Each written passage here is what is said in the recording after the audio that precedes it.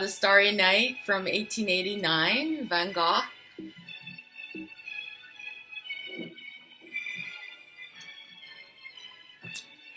So it was oil on canvas painted by Van Gogh, and he actually painted it from being in an asylum room in Saint Rome. I'm sorry if I'm not pronouncing that correctly. Just before sunrise, in addition to a village.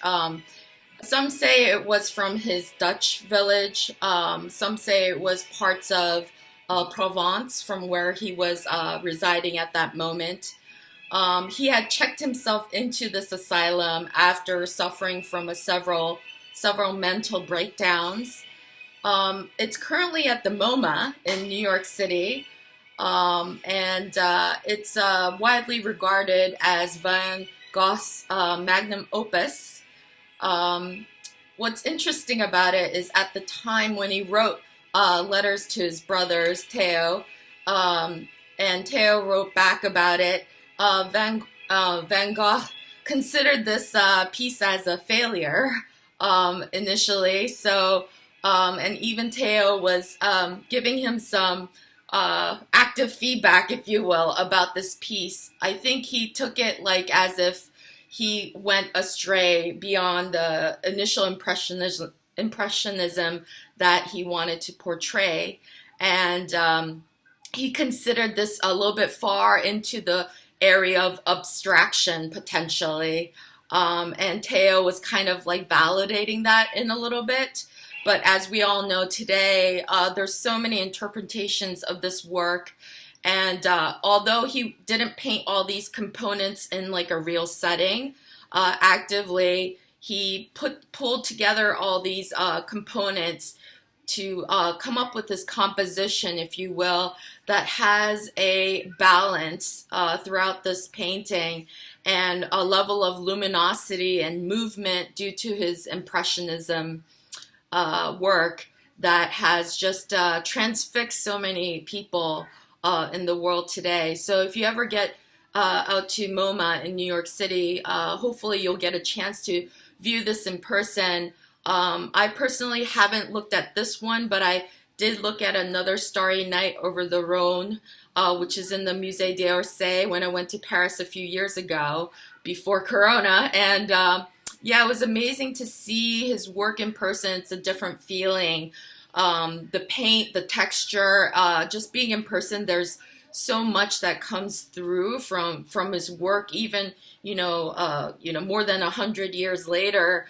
It's almost as if the work itself does move on its own. And when I looked into this, a lot of this has to do with the way he painted and the impasto method that he used in his work to show texture and light and movement. So the timing for this work was shortly after he had the self-amputated or mutilated his left ear, and you may know some of his self-portraits portraying him with the bandage around his face, and that was shortly after Gauguin visited him, and I guess there was some controversy in that particular relationship. But also, I read a lot of letters on, like, them sharing letters together, and Gauguin just really praising Van Gogh's sunflowers.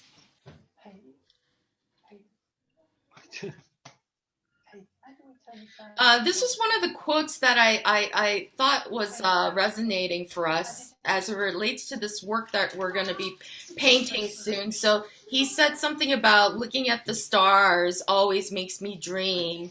Why shouldn't the shining dots of the sky be as accessible as the black dots on the map of France? And what's interesting about that quote is if you look at the painting itself, the area of the cosmos or the sky takes up more than, I would say, 3/4 of the painting, top to bottom. And then the bottom, the very bottom, 1/4 of the painting is the village and the mountains. And it's just interesting to see how he was asserting that, why shouldn't we be closer to the stars? They can be as accessible to us. I want you to take a look at some of his style and texture efforts here, just to get you familiar with his style, so we can kind of like mimic some of that as we learn by doing in painting the Starry Night. So some of the other related works around this era was his self-portrait, as you see on the right-hand side here. And then on the upper left corner is the wheat field with cypresses. So cypresses being a common component in a lot of his work at this time, along with the wheat fields. But cypresses can mean a lot of different things. So I heard that it can mean the bridge between life and death. It may have just been Van Gogh's passion to paint cypresses, and some of that comes in through the letters that I'll be sharing some of the excerpts from. Um, and then on the lower left, what you see is a nighttime night cafe piece. The reason why I'm showing this piece is because you see the light from the lamps above the pool table, the way Van Gogh paints the light and the luminescence from these is somewhat similar to the stars that he depicts in the Starry Night. So I just wanted you to get familiar with the flow and how he paints certain things like light. And as you can see from the clouds in the cypress painting and the background of his self-portrait, the wavy flow, not really exactly sure what he was depicting there. It could have been the wind, the clouds, the movement, what have you, but that's definitely a common stylistic element that you'll see with Van Gogh's work. What I did here was basically pull together six different Van Gogh paintings from that era. And the reason why I did this is because so you can get familiar with some of those elements that Van Gogh was seeing from the asylum. So we know the Starry Night was kind of pulling together different elements that resonated with him.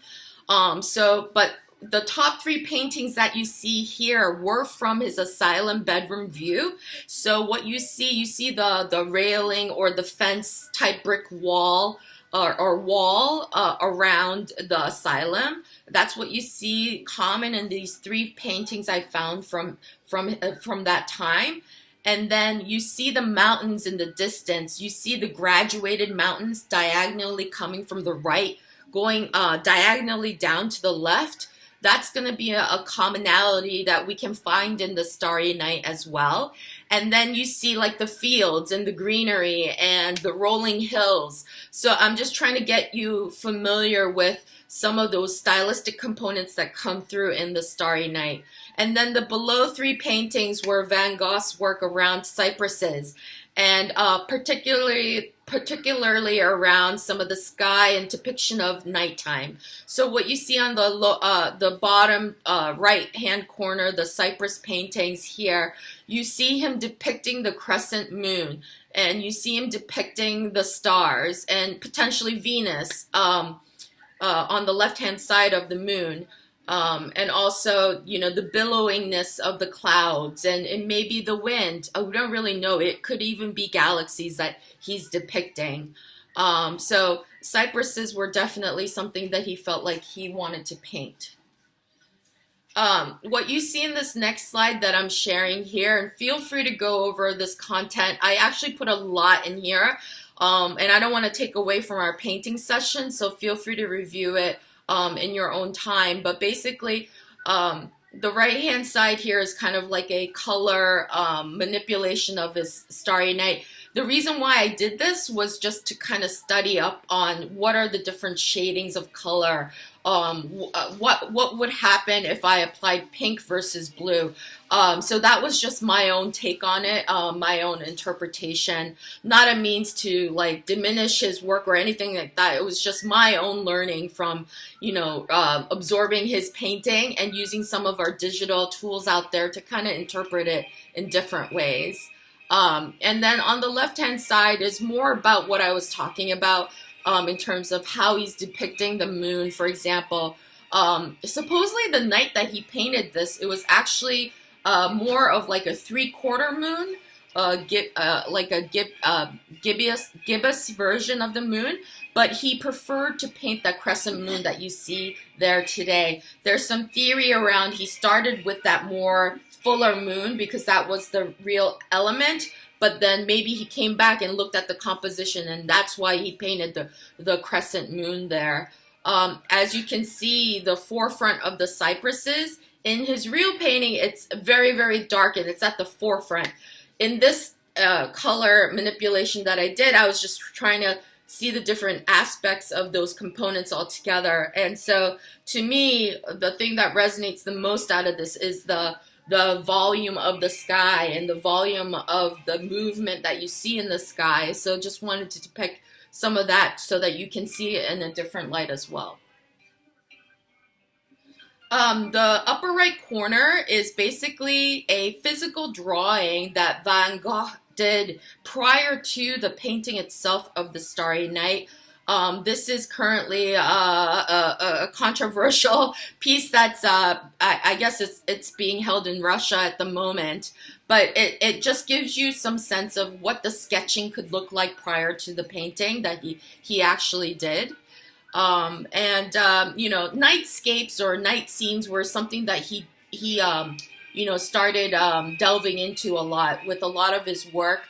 I highly recommend going to his Wikipedia page. There's a timeline chronologically going through every single painting, you know, hundreds of his paintings, if you will, and drawings that you can just kind of go through like his process. Like he went through a lot of different periods where he's depicting landscapes and seasons and subjects and like the cypresses we talked about, wheat fields, even peasants, workers, farm workers. So many different explorations he did throughout his short career, but it was very packed in terms of the volume of work that he was able to share with us.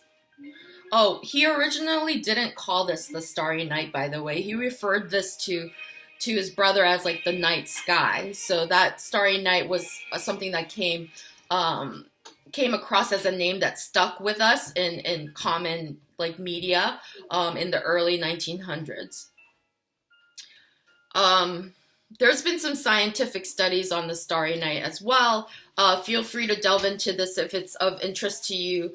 But basically, there was a scientist studying the luminosity of the Starry Night in of itself and being able to physically measure luminosity. And to me, the takeaway was that he had this level of creative brilliance or genius.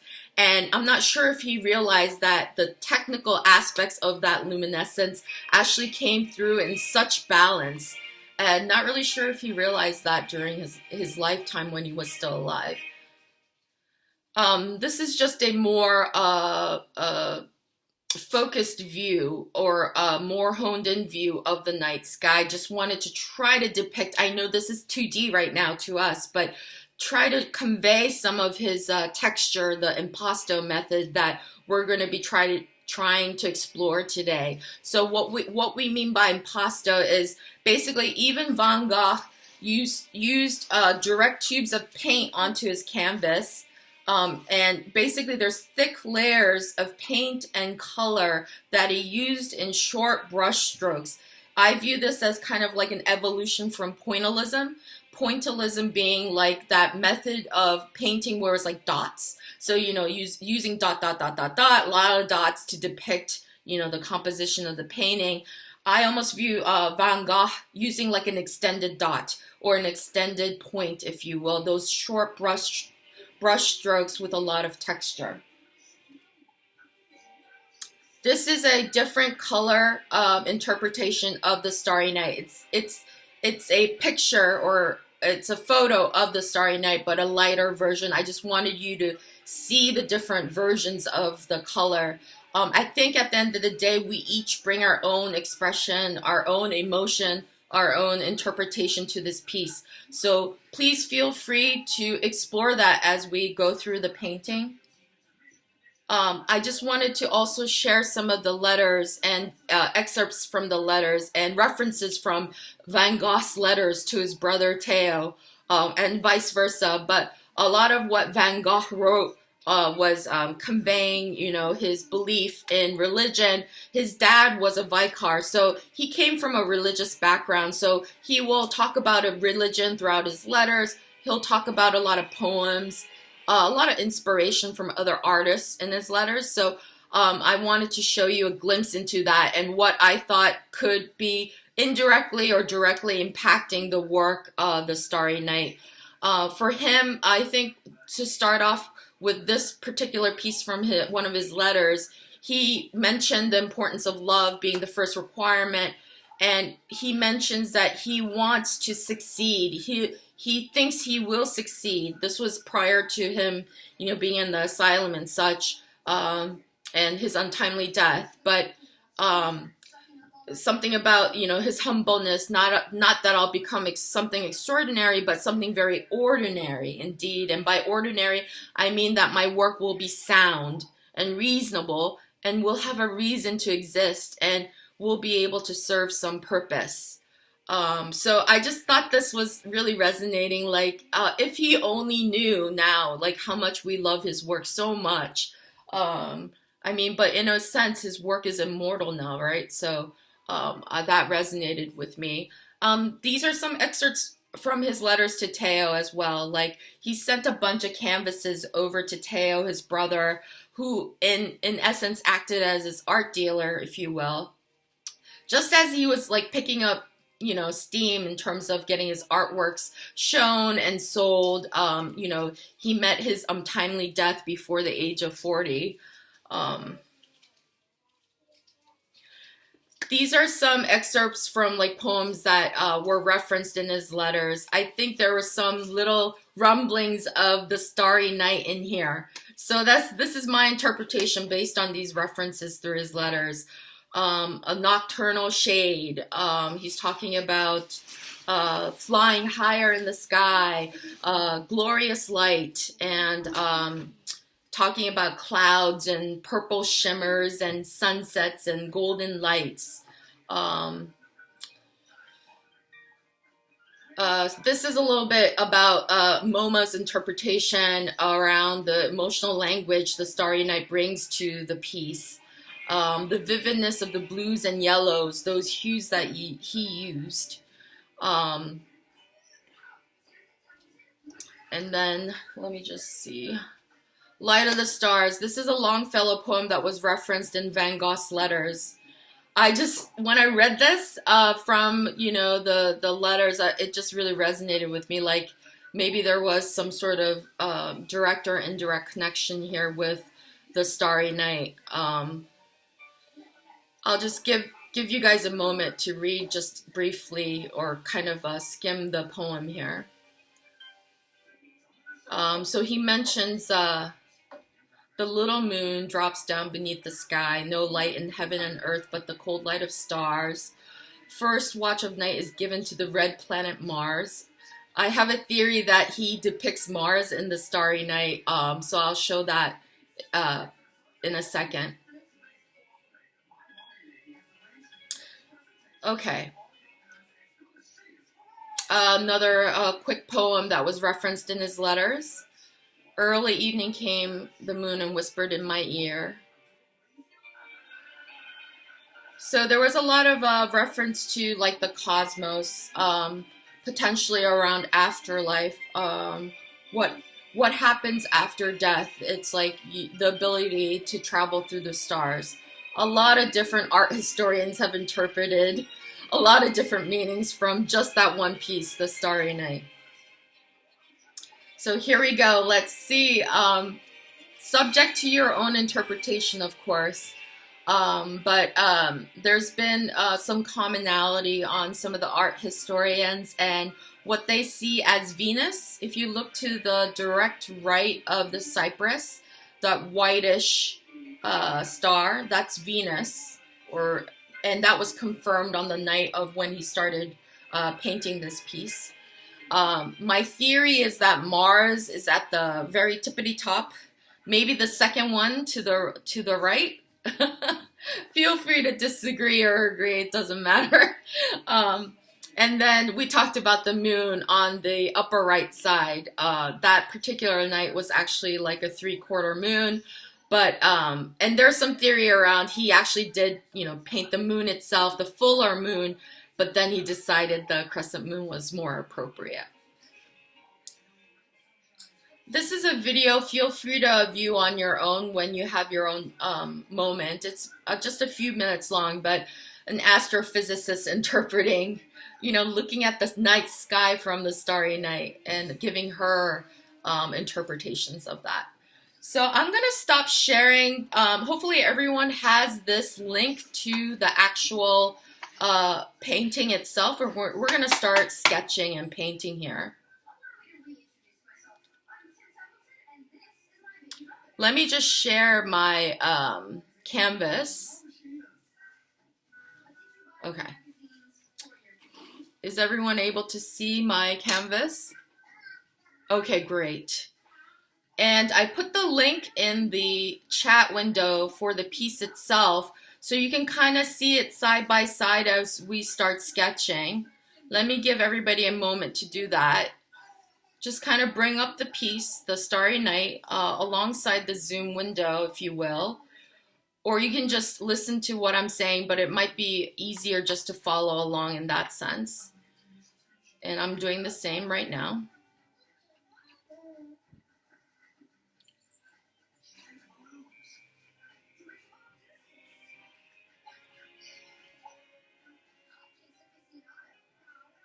Okay, so can everyone see my canvas? Okay, so I'm taking my pencil, and what I'm going to do is kind of depict the broad areas, and then we're going to start painting the base, if you will, a bluish hue. And feel free to go at this at your own pace or your own interpretation. My guidelines are not set in stone. This is just suggestions based on my observations. So what you see is a diagonal mountainscape from the upper right or lower right or half right of the canvas, and then diagonally going down. So I'm just roughly sketching that with a pencil. And it doesn't have to be perfect or accurate, if you will. But as you can see, it kind of goes diagonally down this way. And please feel free to let me know if you can't see or hear at any point in time. And then I'm going to depict the cypress, which is at the forefront, meaning it's closer to the actual, the near piece, closer to us, and it's darker, right? It's like a dark green, if you will. So I'm just going to sketch in the cypress. It takes up the left-hand side of the painting, if you will. So I'm just kind of, it's a floaty cypress here. So I'm starting down here. And once again, it doesn't have to be accurate, just kind of depicting the form in a rough manner. And we'll use some dark greens, and then we'll highlight some of the edging with brown, like Van Gogh seems to have done. And he kind of has like a smaller cypresses alongside of it, so I'm just depicting that as well. So there's like a nesting of 3 or 4 cypresses here that I'm just kind of roughly sketching here on the left-hand side. We got the mountain range in the background. Let me just make sure you guys can see that outline of the mountain range going down towards the left diagonal there. All right. The range has like 2 little elevations there, so I'm just kind of depicting the near elevation below the further one. And then a little bit of the bushes around the cypresses that are closest to us. And then let's look at the sky. Do we have enough space for the sky up here? So you might want to just do like a rough sketch of the moon on the upper right corner here. So what I'm starting with that is because he uses short brush strokes around a lot of this, the extended pointillism, if you will. I'm just kind of sketching in a little bit of room for that, and I'm gonna paint. Paint over this, and I'm depicting the crescent moon here, just roughly depicting it here like this. And we're gonna use like a bolder yellow for the actual crescent moon once we start painting.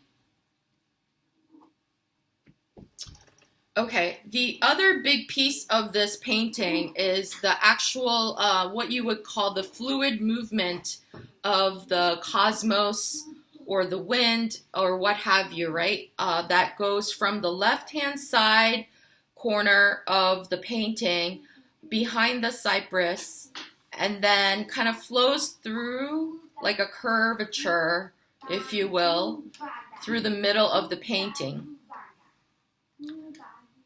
Like this, and then there's like another billowy wave or stream that comes out from it and goes up and around like this, like a curve.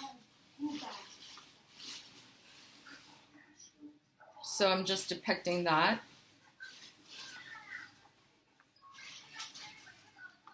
And then I'm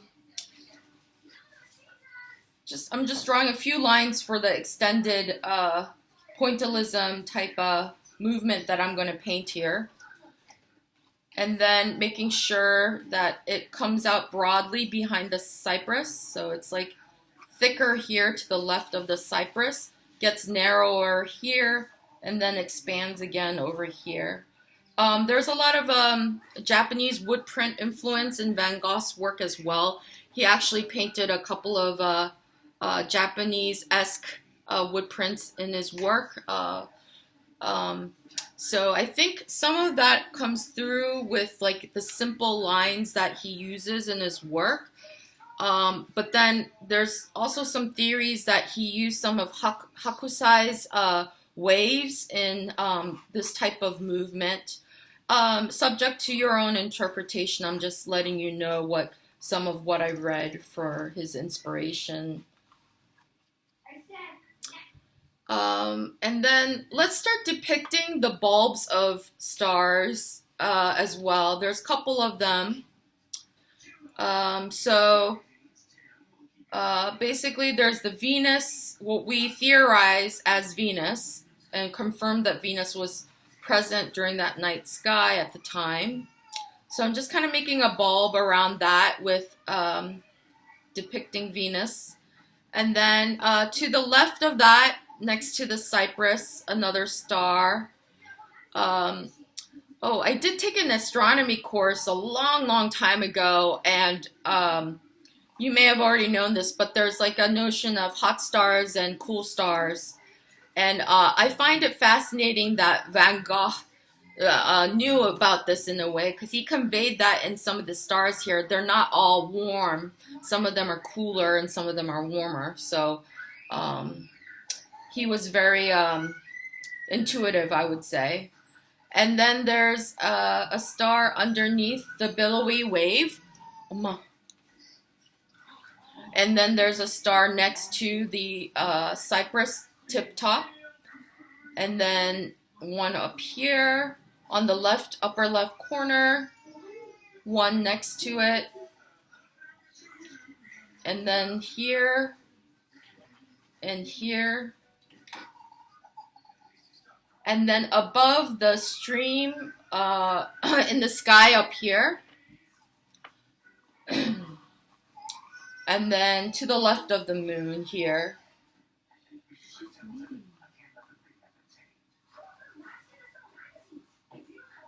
All right. And then there's a faint hint of like a mountain range or clouds behind the mountain range. And some theorize that's actually the breaking of the dawn, or it could be clouds. Just making sure that that kind of reaches underneath that wave, if you will. And then the village itself, so this was all from, memory, because there wasn't really a village per se from his view through the asylum. There were photos of actual, like prison bars through his window, so he didn't depict that, obviously. But this village, what comes through from that is to the right of the middle of the piece is the church spire. So that's actually somewhat fictional, they say, depiction of that church, because there wasn't really one that looked like this with like a triangle top. But we're actually just mimicking that here to the right of the half of the piece. And so it's got that elongated triangle, and I'm just drawing another simple triangle beneath it to depict the roof of it, alongside some of the roof aspects of it, in like a rectangular form, and some of the windows, and just really it's just like elongated rectangles. I would think about it just simply like that, and then I know there's a lot of detail here, but I think we can depict it in a simple way and be able to paint it so that it would represent a village without being, too accurate. Because that's basically what Impressionism is what the impression is made on the artist itself. And what looks to be next to the church are other structures and squarish fields. So feel free to interpret that as close to the painting or looser, based on your level of comfort. I'm just kind of mimicking some of the rooftops here of some of the farmhouses in his painting, with that elongated rectangle, if you will, as the roof, a triangle. Some of the farmhouses here with the rooftop, and what's here? Okay. And then to the right of the village, I kind of feel like they could either be farmhouses or like a mix of fields, if you will.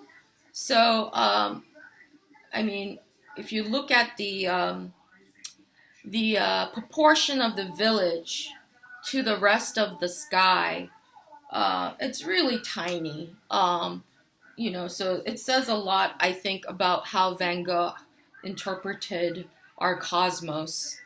I'm just roughly depicting little squares and rectangles for these farmlands and wheat fields, if you will.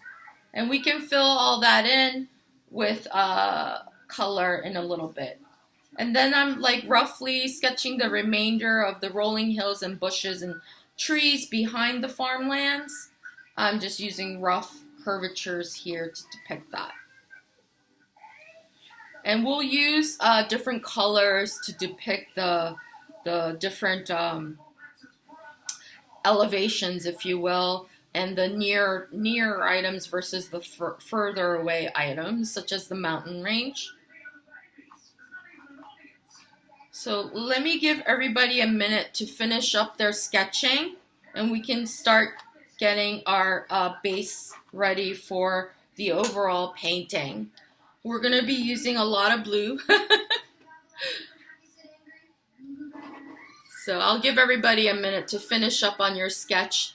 Doesn't have to be perfect at all.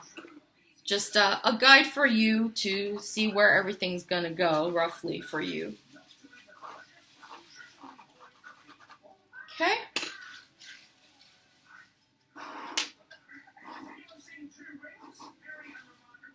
How's everyone doing so far? Okay, wonderful. I'm going to give you just a second to finish up, and let me just check on the music, because I had some classical playing.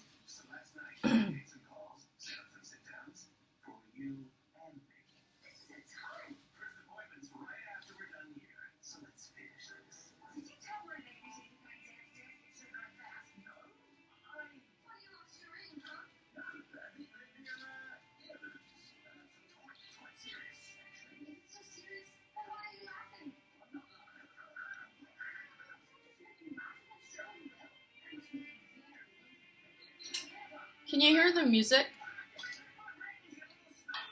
Yeah. Okay, so I'm gonna get a blue ready. I suggest that you pick a blue for the base, and that will actually cover a lot of territory here. Help us get started.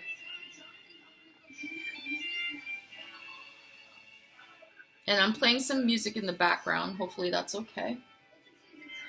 So I'm getting a paintbrush, a broad paintbrush, and I'm just gonna lightly cover the base with the blue. I'm using acrylic today, so I'm gonna cover blue in the background. Um, I'm using um, like a cerulean blue. Up to you, whichever blue you would like to use. And we're gonna build up all the colors, so don't worry if it's covering the whole thing. As it dries, we can build up some of the color here with other colors as needed. I'm gonna water it down just a little bit so I can see my sketches and still follow through on the rough sketches.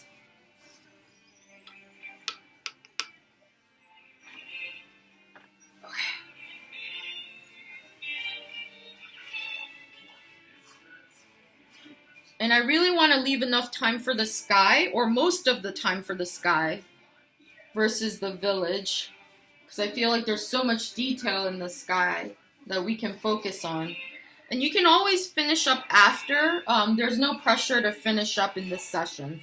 Just wanted to help get us started on it, and feel free to complete to your own discretion afterwards.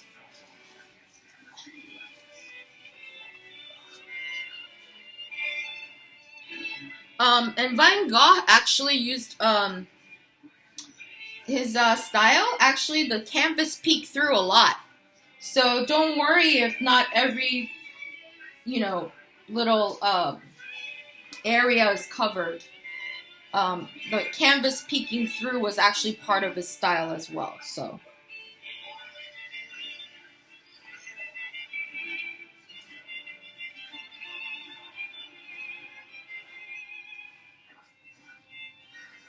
And I read that he overcompensated a little bit for colors fading over time. So even though some of his work today even looks very vivid, can you just imagine how vivid it must have looked initially over 100 years ago when he first painted this, knowing that these colors would somewhat fade?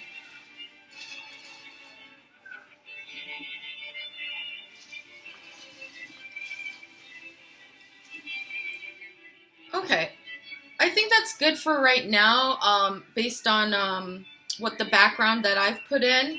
And then we can start on, I think, the mountain range and the cypresses, and then we'll get brighter and brighter, and layer the lighter colors in the sky as well. So I'm just using a slightly darker color to depict the top half versus the bottom half. So what's dividing the two is the mountain range. So I'm just going to work on that a little bit. So I'm using a different blue.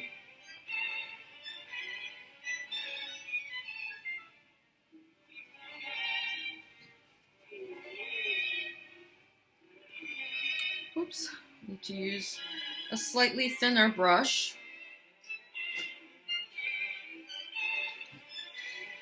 And I'm starting to use the short brush strokes that he's doing. I think it's going to take a lot of buildup over a couple layers to get the same effect that he has. But I'm just trying to mimic some of the brush stroking that he has. The short brush strokes, if you will. So I see a little diagonal ones.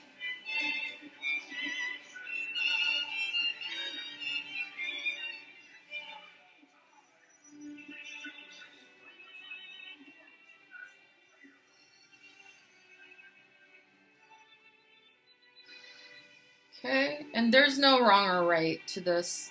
It's also subject to your interpretation of how you move your wrist and how you depict these lines.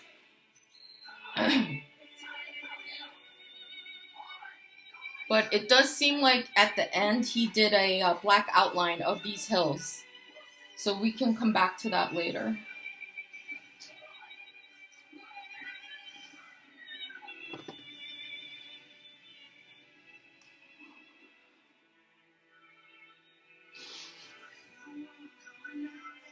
Okay.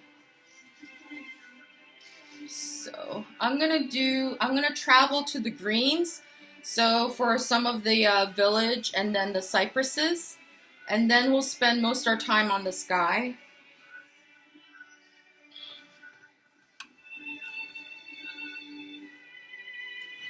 So I got like a lighter green for some of the rolling hills or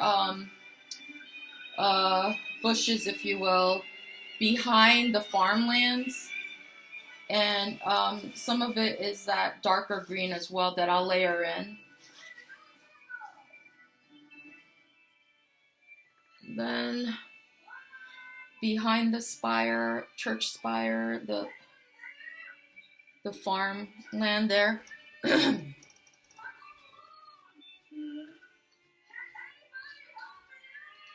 And then there's the bushes to the left of the cypresses. I'm filling those out with short lines as well.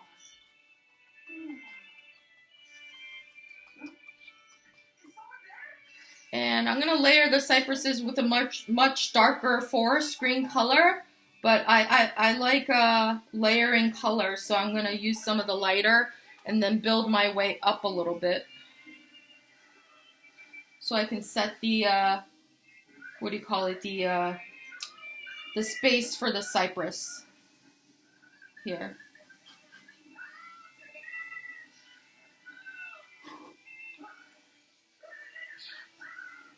I'm using a color from golden paints. It's called green gold.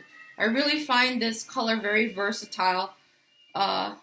It's got yellowish, greenish tints to it, which I feel like has been great building up into other colors. Okay.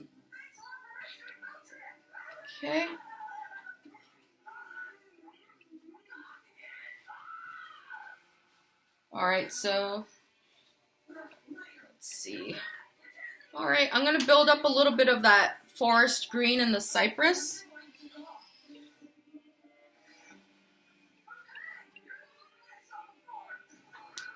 He uses a lot of vertical lines in the cypress, but they're flowy vertical lines. So, oops, I'm trying to get to more of that line look that he's using.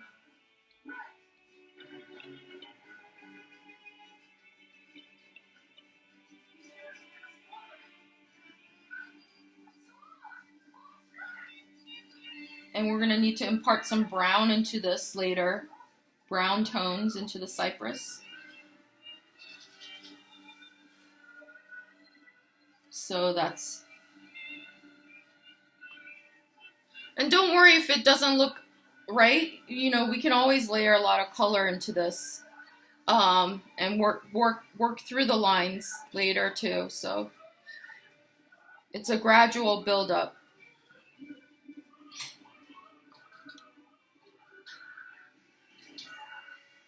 Yeah, it's almost like he was inspired by some of the woodcut or wood print work, right? Because the lines he uses is almost like it could also be interpreted as like a woodcut type of effect. Those short strokes of paint that he uses.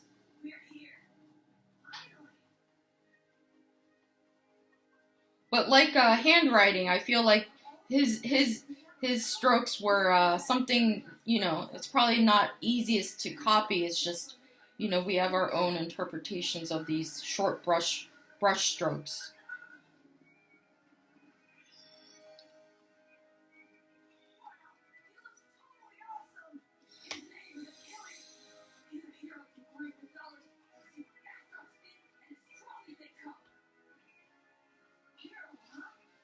And I'm just kind of coloring in some of the farmland in-betweens with the same green. And we're going to use some blues as well in here, but just trying to blend in some of that color.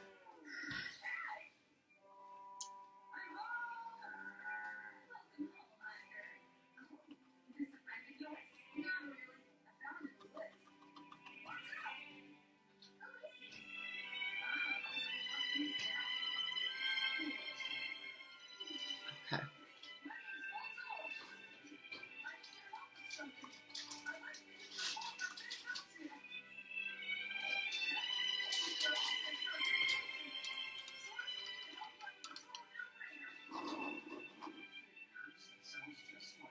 Okay, so a little bit more about the mountain ranges. I'm going to add some more dimension to them with some darker colors for the far end mountain range.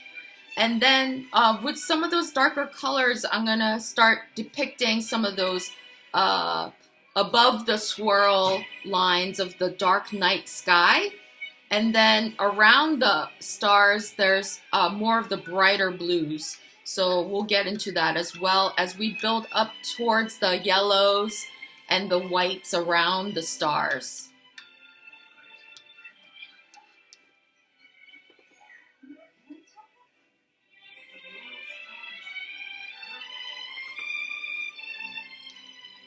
So I'm just making some depiction here around the two mountain ranges.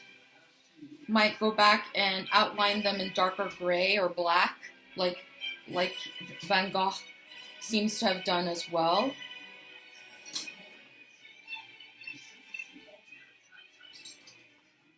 Okay.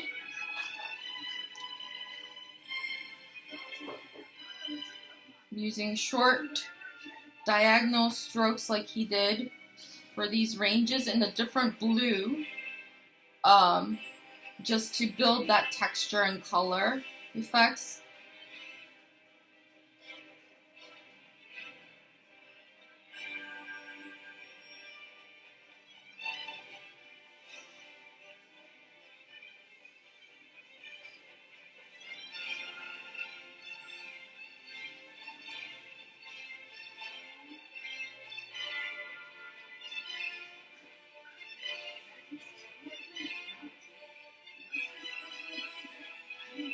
To the left of the cypress as well, there's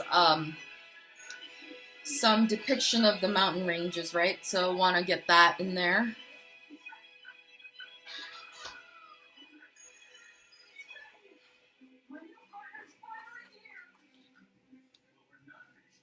Yeah, there's darker navy blues and almost grays in those ranges that we can come back and fill in as well. Like the one up here on the upper right corner is like almost like a black, dark blue.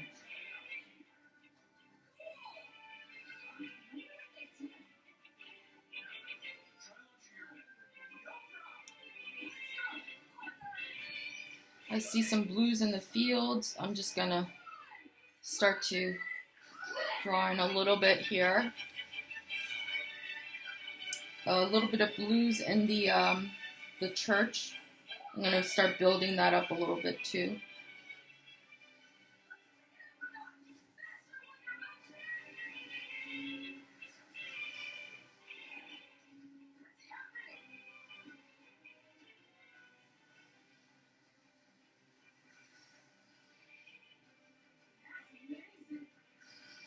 Yeah, it's almost like he took a black marker and outlined all these pieces later. I'm sure there wasn't a marker back then, but he took probably a very fine brush and used like a Payne's gray or like a Mars black and outlined all these elements to be more distinctive at the very end.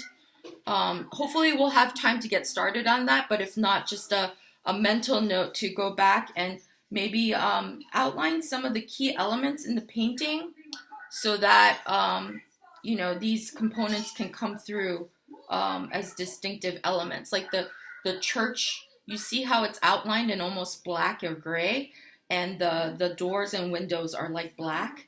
So I would recommend doing that with a fine paint brush, or if not, it doesn't hurt to use like a fine point marker if you don't mind using different mediums to depict the feeling or the components from the painting.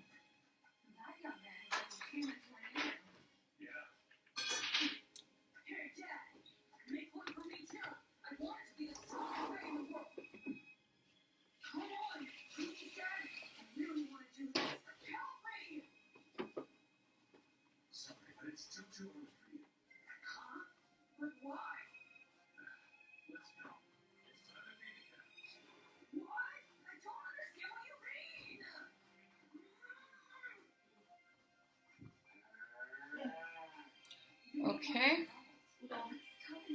All right.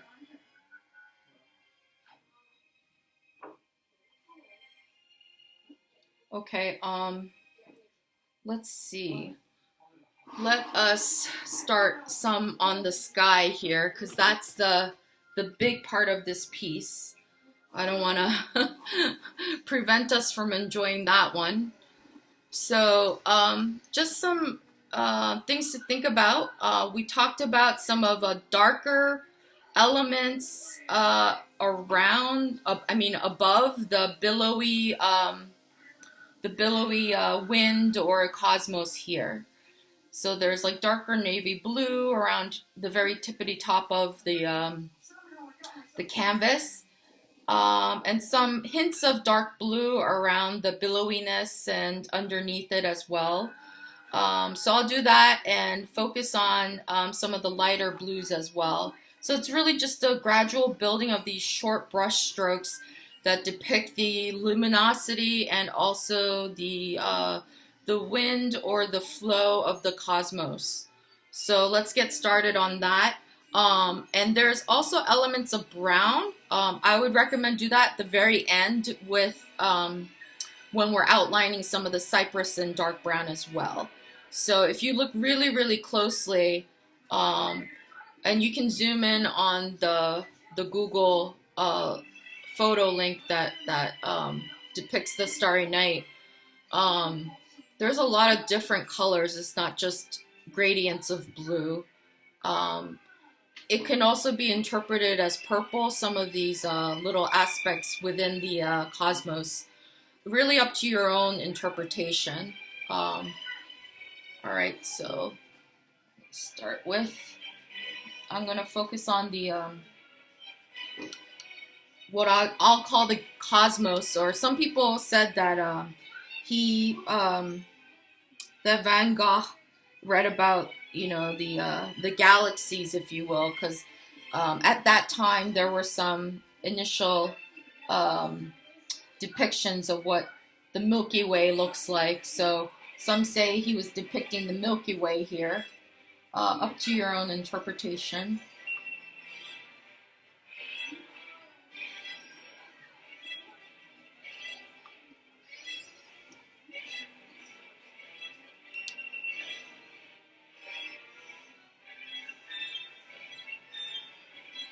And I'll start making thicker lines with thicker paint as we gradually build to honor his method, impasto method. Right now I'm starting lighter, but I will build to that.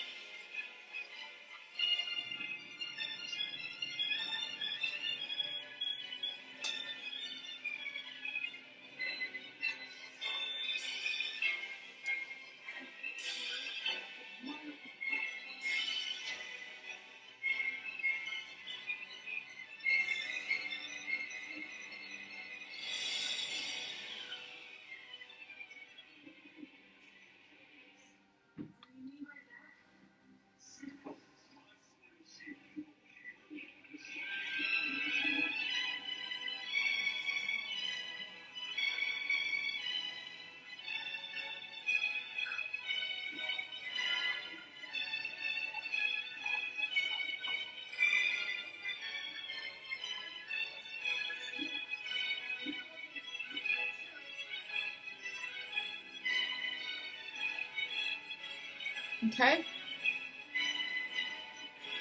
So I have the rough shape of the cosmos, if you will. Um, and just gonna start gradually building that color.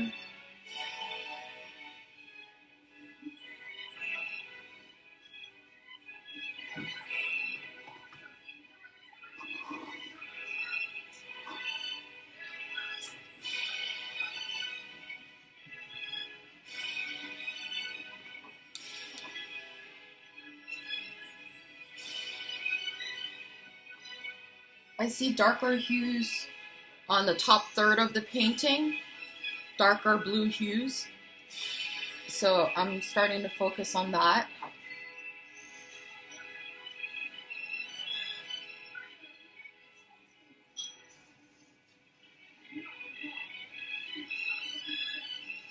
In between the stars. It's like a woodcut effect.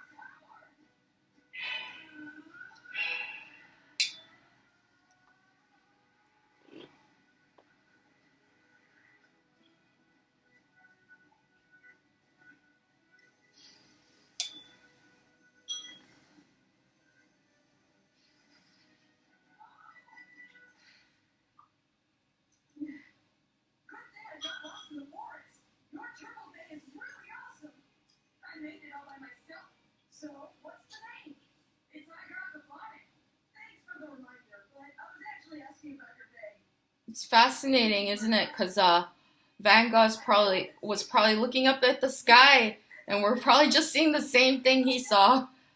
Um, just in the realm of things, we're here so temporarily compared to the rest of the universe.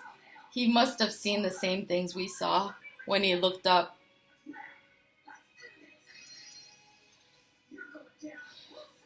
And what I also learned from astronomy class is the light of these stars, they take, uh, the light is what we're seeing, but the stars themselves may not actually be there if we were to actually reach those actual stars that we're seeing. We may just be seeing their lights, which I find fascinating as well. Just the expansiveness of our universe is so great. We have hundreds of millions of galaxies, something along those lines. Saw one of these documentaries at the Space Museum here with the Smithsonian in Washington, D.C.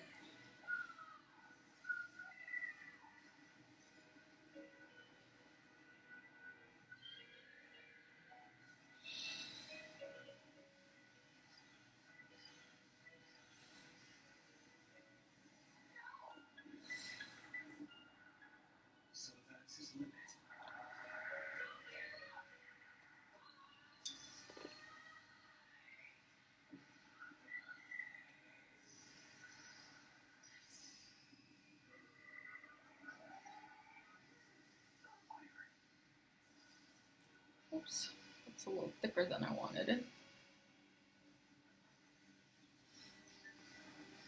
Okay.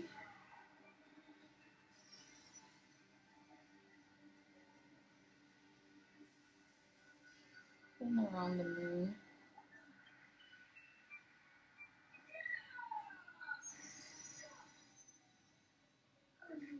Which one of us won the match?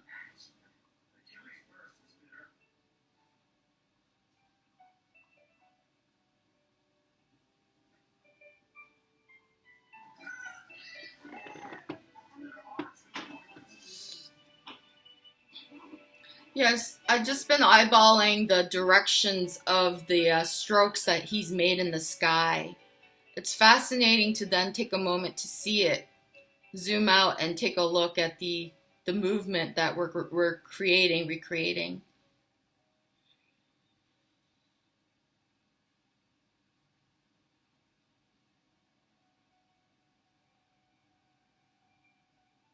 Okay. I'm just going to continue layering the blues here in the cosmos and sky, and then hopefully we can get to the yellows and whites soon.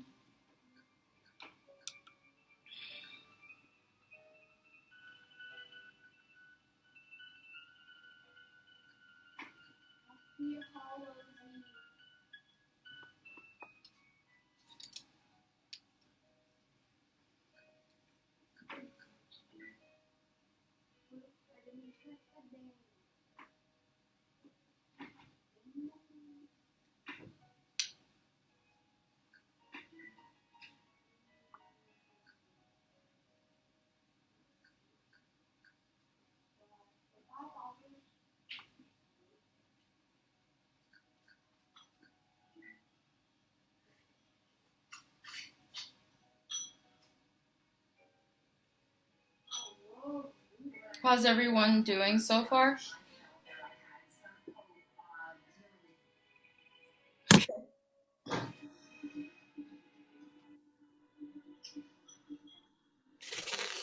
Focus mode.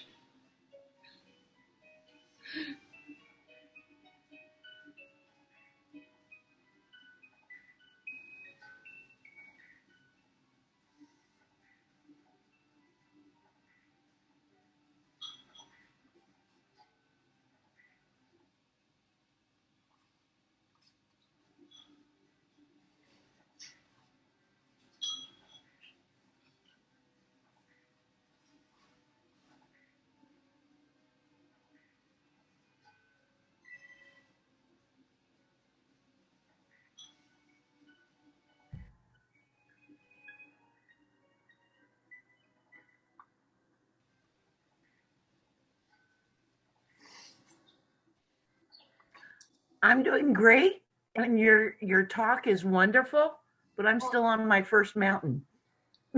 You're still. So I'll be glad if there's a recording to see later. Oh, yes, yes. Yes, we'll definitely send the recording.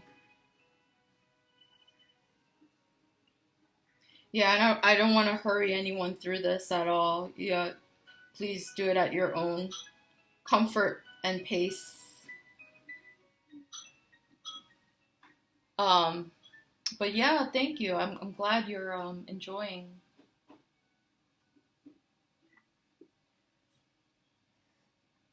I feel like we're bringing Van Gogh back to life.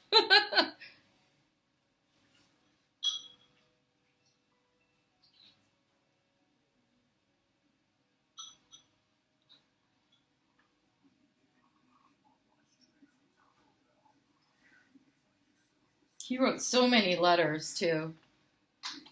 Um, yeah, it's amazing.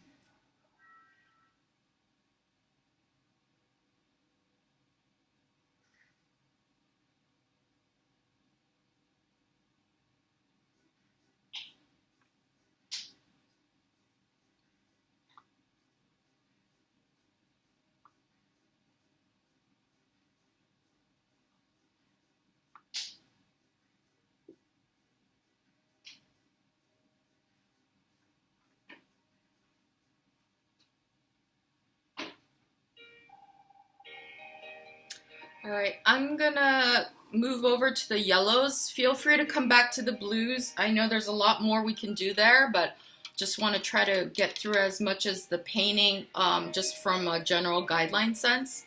So feel free to continue what you're doing, but I'm just gonna verbalize what I'm doing with the starting on the yellows and the stars and the moon. So I have a cool yellow that I'll start with, and then the stars themselves will be more of like an Indian yellow or like an orange yellow, if you will. And the orangey yellow will also be, or rich yellow will also be for the crescent moon as well.